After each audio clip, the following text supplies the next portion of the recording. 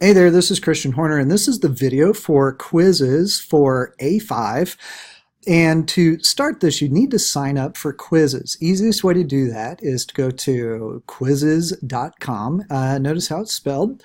And go ahead and go over to sign up. And when you click on the sign up, you can do it simply with Google. That's probably the best way to do it. So just say sign up with Google and then log on to your Google account. So I've got several Google accounts here, so I can kind of show you how to do that.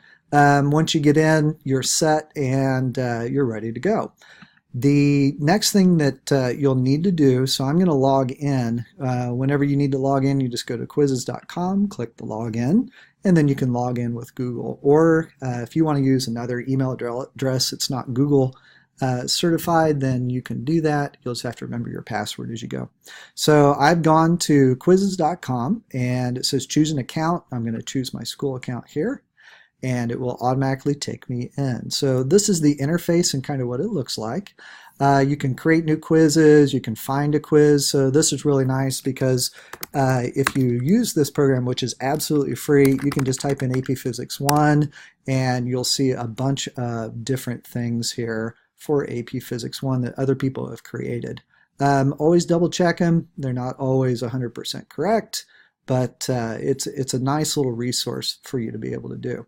I'm going to go to My Quizzes, and when I click on My Quizzes, you can kind of see some of the ones that I have. And the one that you're going to use with the participants is the one that says NMSI Horner Formative Assessment Session A5. And this is the first one that you'll do when they come in.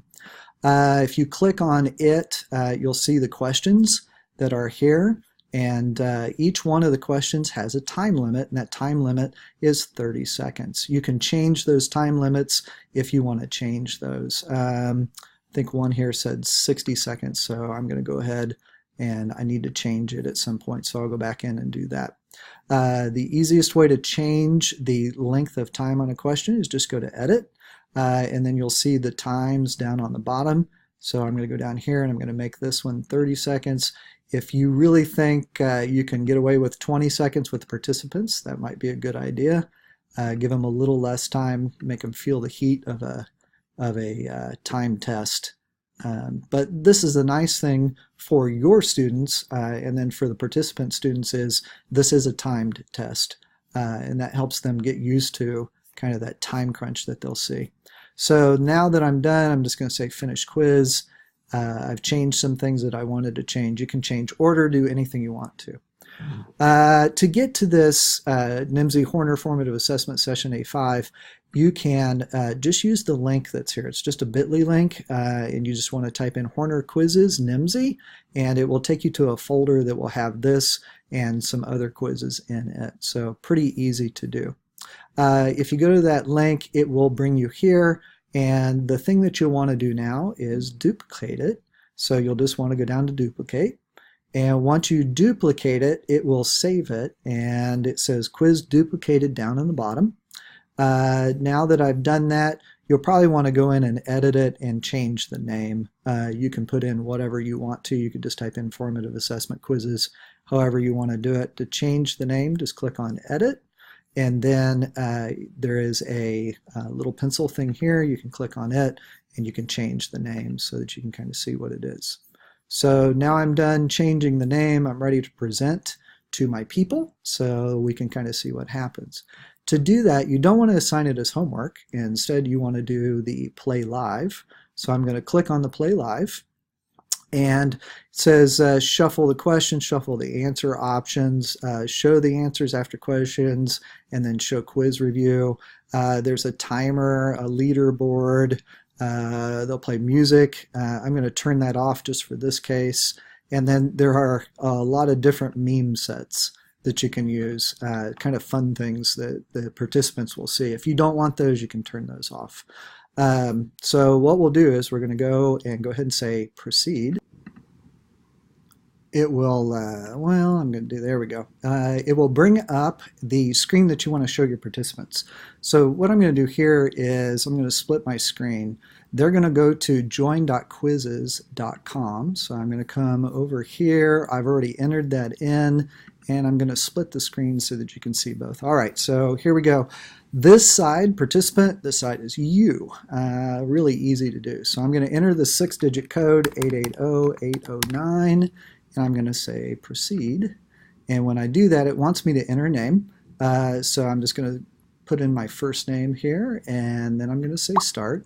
And it will wait for the game to be started. So they will see their little avatar, they'll see their name. It looks pretty childish, but trust me, it works really well.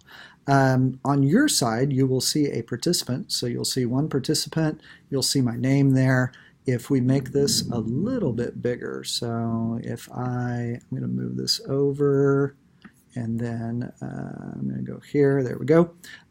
You'll see you can see that person's name. If you click over them, you can remove that player. So if somebody is, like a student is putting in something foul, you can remove them pretty easily.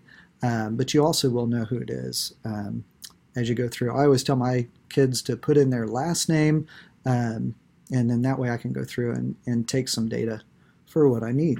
So I'm going to move this back over again, and we'll be able to check out both screens. So now I'm ready to go. Got all my participants in. I'm just going to say start. So I'm going to click start. You'll hear a countdown, and then it will play music on your end, and it will also play music for them if you turn it on. Now I've turned off music for the participants themselves, and you can also turn off the music right there if you want to, but notice I only have 30 seconds to answer this.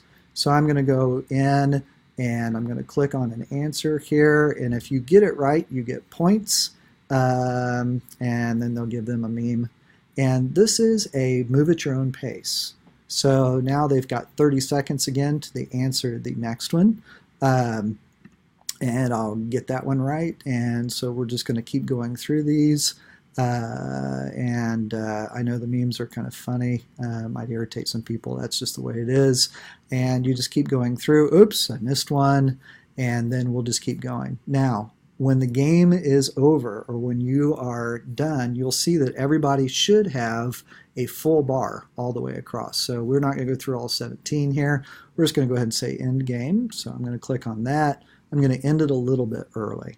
They'll see this over on their side. It'll tell them what their accuracy is, where they ranked, how many points they got, the number correct, incorrect, really some nice stuff.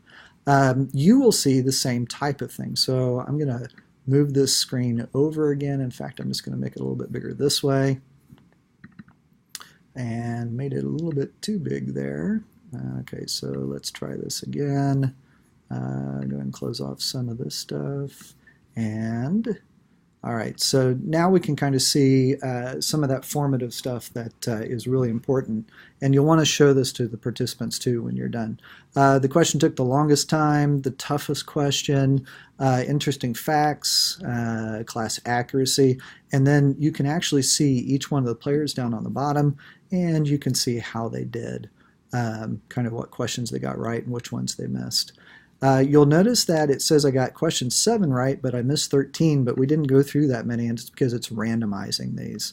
So my question 1 was actually number 17, my question 2 was 7, my question 3 was 13. So this way you don't have kids looking at each other's screens trying to just copy from the person next to them, which is nice too. It will go through and it will show each one of these questions. It'll tell how many people got it right, about the average time, just some really awesome stuff that you can get. You can download everything to Excel. You can go back through and review the questions. You can have everybody play it again. So that's what's really nice about this program. And when you're done, you just got to close out of it and move on to the next thing.